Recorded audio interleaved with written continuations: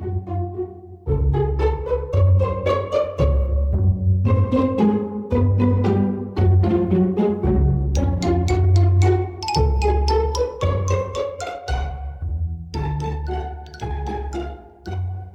here's one of my favorite cartoonists, Emily Flake, from this past week's New Yorker. And the drawing is of two priests in a rectory, one seated, one standing. And both have their hands around their tummy. And they look concerned. And one of them says, "Tell me about it. Last night I ate a whole sleeve of communion wafers." Hello, this is Pat Coakley, and this is episode 129 of PODSNACKS Art of the Diet. And this week we talk about, I can't believe I ate the whole thing. Do you remember that ad? I don't have to look back in the vaults of Madison Avenue advertisements. This is an experience I can relate to in all my 72 years. Except for this week. And I'll tell you why. Okay, so let's talk about the irresistibility of some foods. I really had no idea that the human body could go through the day without craving certain foods until I went on a regimen where there was no sugar and no grains in my diet. Now, I did this a couple of years ago, and I'm doing it again this past week. And it is phenomenal to me, just as a human and as an elderly human, to go through the day and not be hungry or not be looking at the cabinets for something to entertain me. And my good friend Liz, that I met at a Weight Watcher meeting years ago, who always made me laugh out loud, said that she was always struggling with food as the entertainment center. And I thought of Liz this week because, honestly, when you don't crave foods, but you're still looking around for something, you realize how dependent you are on foods to alter your mood, to entertain you, to get your mind off something, to help you with something. And I'll give you a couple examples.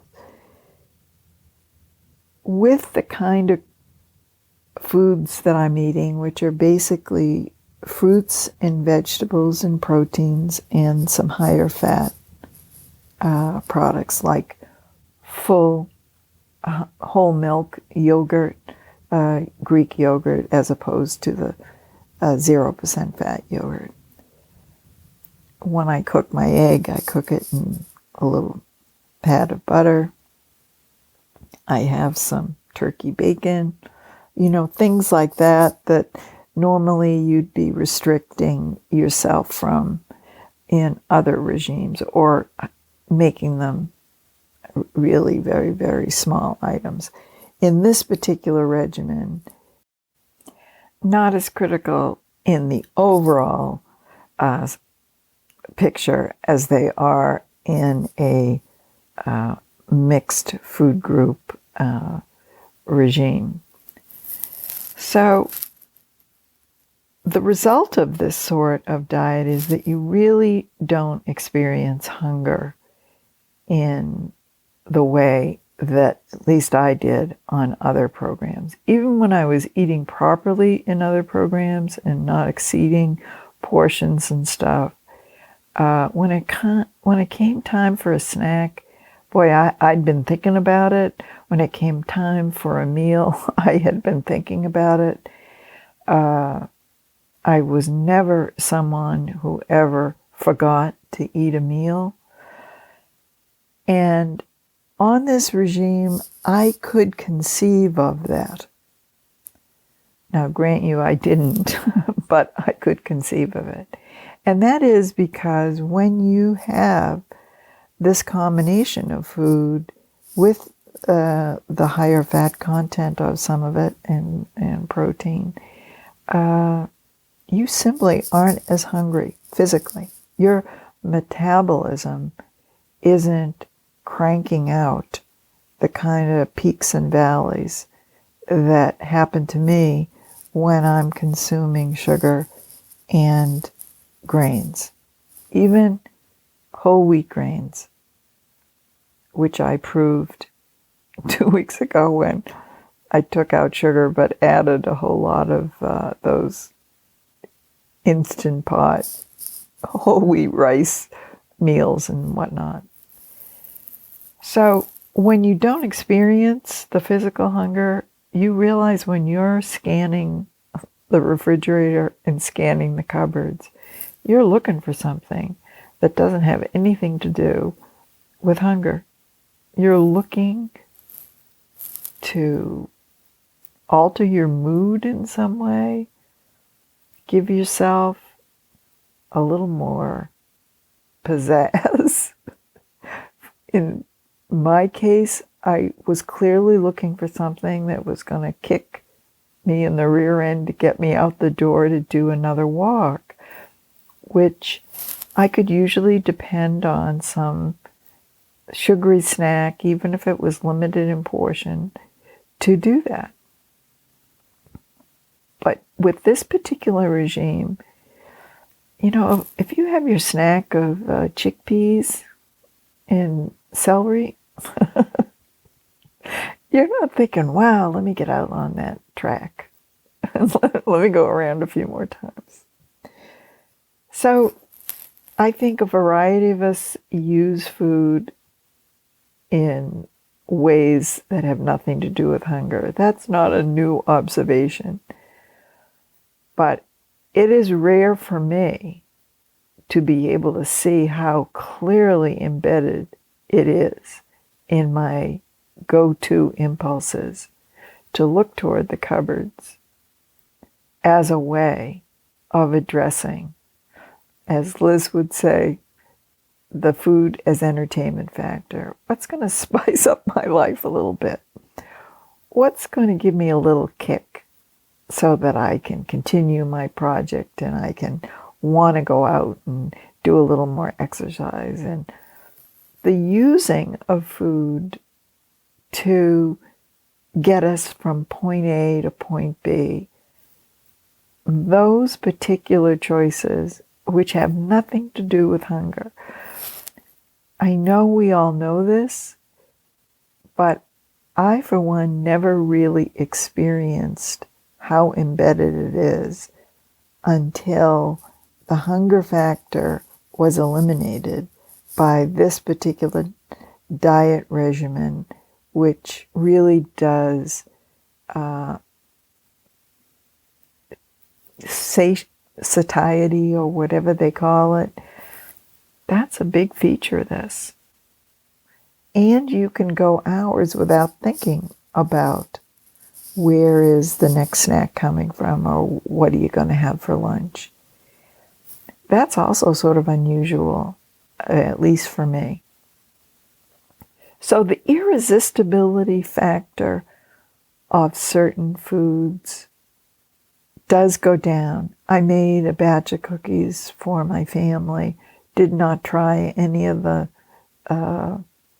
bites, tastes, licks, never mind a cookie. It was not irresistible to me doing it after 5 days of this. Whereas had I done this in December, when sugar and processed carbs were part of my controlled diet, they would have been pretty irresistible to me. At least some of the tastings of the batter or whatnot, if not eating the cookie itself. So it was very clear to me, the difference.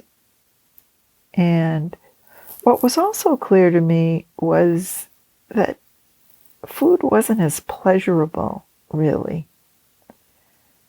And that was in the first couple of days when you tend to go with, whatever the approved food is and maybe volume over the quality of it.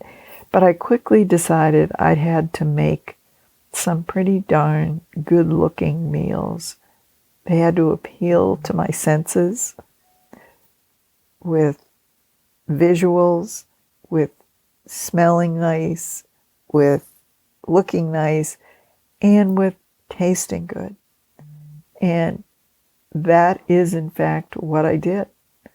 I used the Instant Pot for bean cooking, for beef and broccoli, and forgot about its lovely powers to make rice dishes.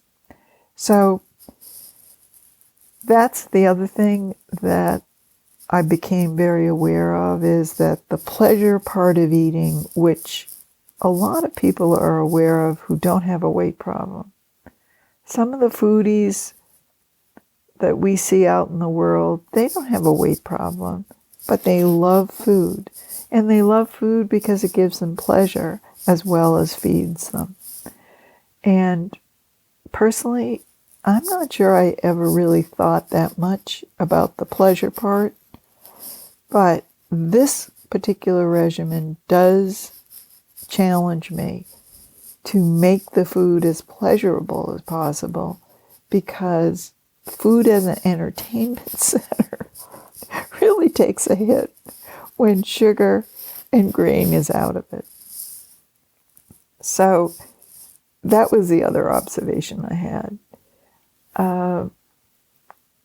The other thing is, one of my staples for stopping the slippery slope of eating too much or feeling out of control was to weigh myself every day, which is a tried and true stopgap that I've used. Some people find that horrific.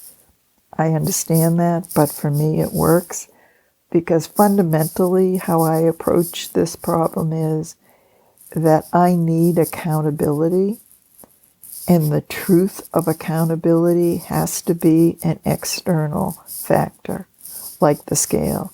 It can't be my negotiation with the scale or my negotiation with the truth. It has to be an external factor. So for me, it's been the linchpin, whereas I know for other people, they find that an onerous way of going about life.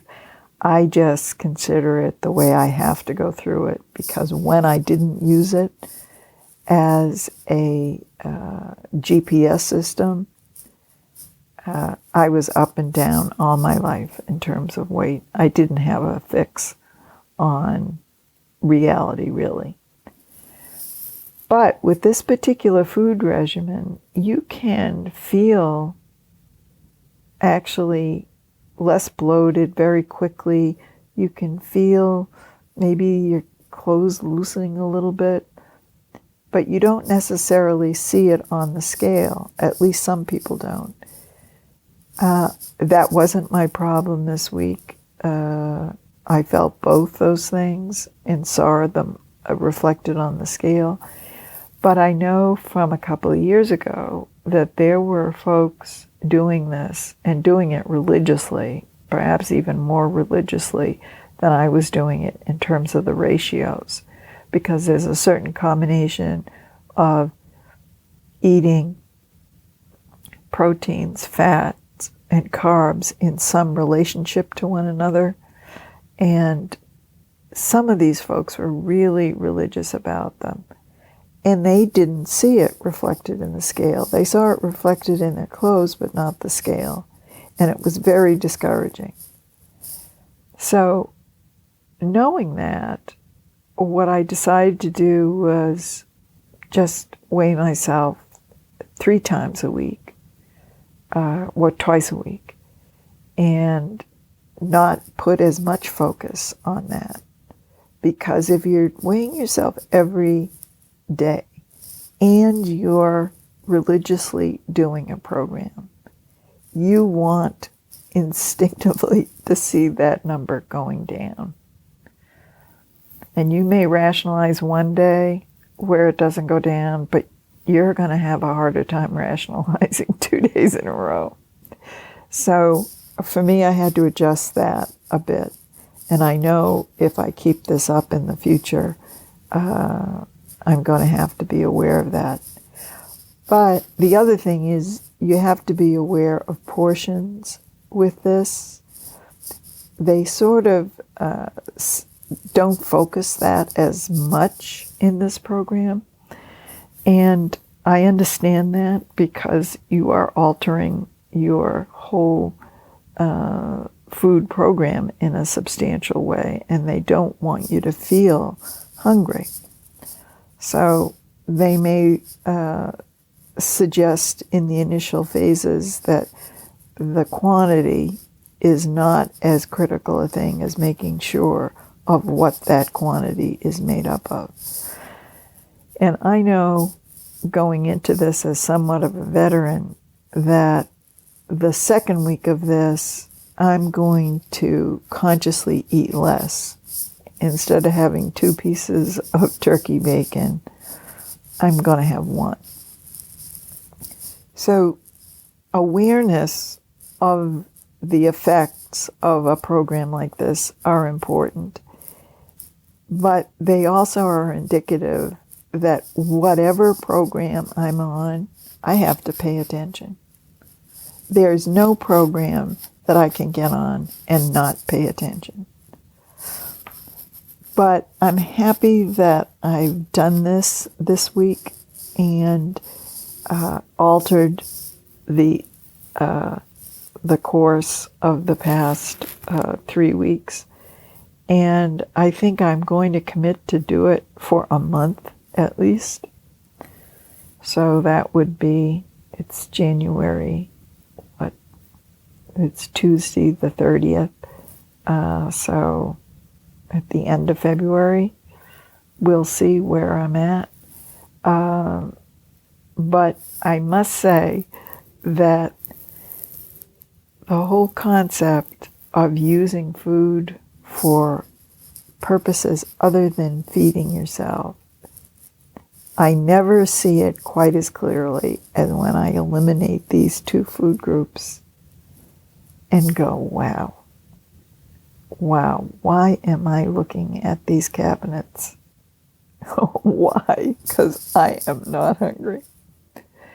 So that's my update for this week. And I must say, just an update on the Instant Pot. I still love it. And I find that I can make quite a few of the dishes that work well with this program. Most of them, some of them beef-based or chicken-based, but legume-based. So I've had a lot of fun with it. And now I'm like such a veteran, I don't need the broom handle to release the pressure valve. Okay, just a spatula in length. And, hope that your end of January living is going well. Whatever I talk about in terms of what I'm eating, I'm hoping it's healthy for me, but I'm going to post an article in the New York Times by a veteran health journalist who would say to you that what I'm eating probably isn't very healthy.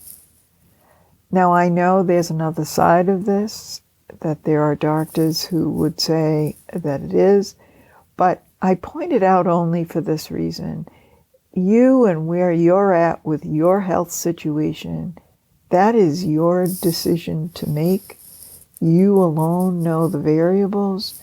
You alone know what gives you comfort in terms of reading about something, living it.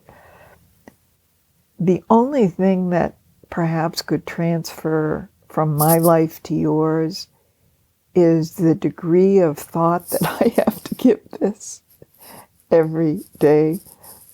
Some of the tools, like the weighing myself, that really help keep me on track. Actually, what I eat, I don't think everyone else could do this, or would want to do it, or that it would be healthy for them. Hell, I'm not even sure it's really healthy for me. After I read that New York Times article, I went, wow, every day I'm having full-fat yogurt and an egg, and I'm not sure that's what this woman was talking about. But for now, that's what I'm going with, and the degree of knowledge that I have has suggested to me that I'm going to continue with it.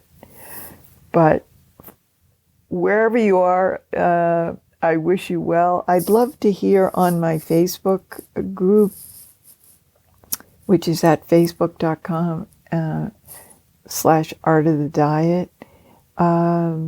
It's a closed group, and I have to approve members. I'm a little privacy fanatic here, so I apologize for that. And I have a couple of questions that I ask you before I approve membership. So if you've applied and haven't heard from me, you probably haven't answered those questions. And yeah, I really do want you to answer them. Because I want people in the group that are on the same page, if not the same program, at least on the same page of knowing that weight maintenance is a challenge on a regular basis. But I'd love to hear how you experience food as an entertainment center, and how you recognize when you're using food for other than satiation purposes, and other than just you're hungry. All right. So over and out for now. It's snowing very beautifully outside, and I'm sort of enjoying that.